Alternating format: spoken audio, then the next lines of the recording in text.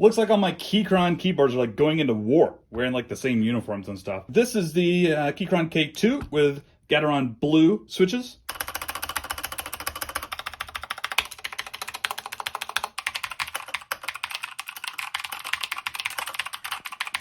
And here is the K12 I got a month or two ago on Kickstarter. This one has Gateron brown switches. Haven't done any other modding to these. Super thocky.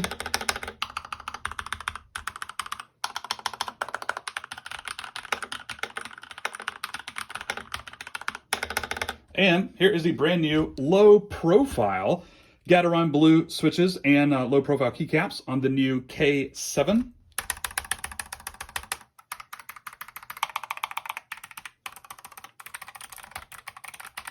Nice and muted. Take this thing to the coffee shop, baby.